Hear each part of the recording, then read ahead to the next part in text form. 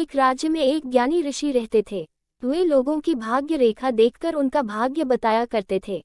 राज्य के लोग अक्सर उनके पास जाते और अपना भाग्य पूछा करते थे। उनकी प्रसिद्धि दिन पर दिन बढ़ती जा रही थी। एक दिन राज्य के राजा को ऋषि के बारे में पता चला। उसके मन में भी अपना भाग्य जानने की इच्छा पैदा हुई। उसने ऋषि को लाने के लिए अपने सैनिक भेज दिए। सैनिक ऋषि के पास पहुंचे और हाथ जोड़कर राजा के पास चलने का निवेदन किया। ऋषि ने राजा की भाग्य रेखा देखी और कहा, आपका जीवन सौभाग्य से परिपूर्ण है। आपके राज्य का विस्तार होगा और आपके जीवन में हर्ष उल्लास बना रहेगा। ये सुनकर राजा बहुत प्रसन्न हुआ। उसने ऋषि को ढेर सारे उपहार दिए।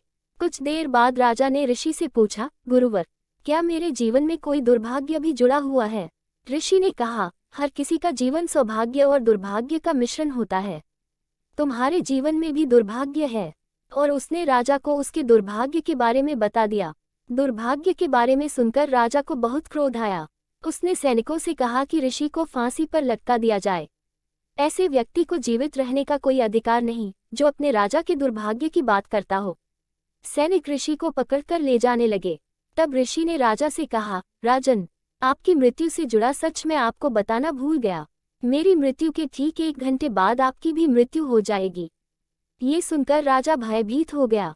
उसने सैनिकों से कहा कि ऋषि को छोड़ दे।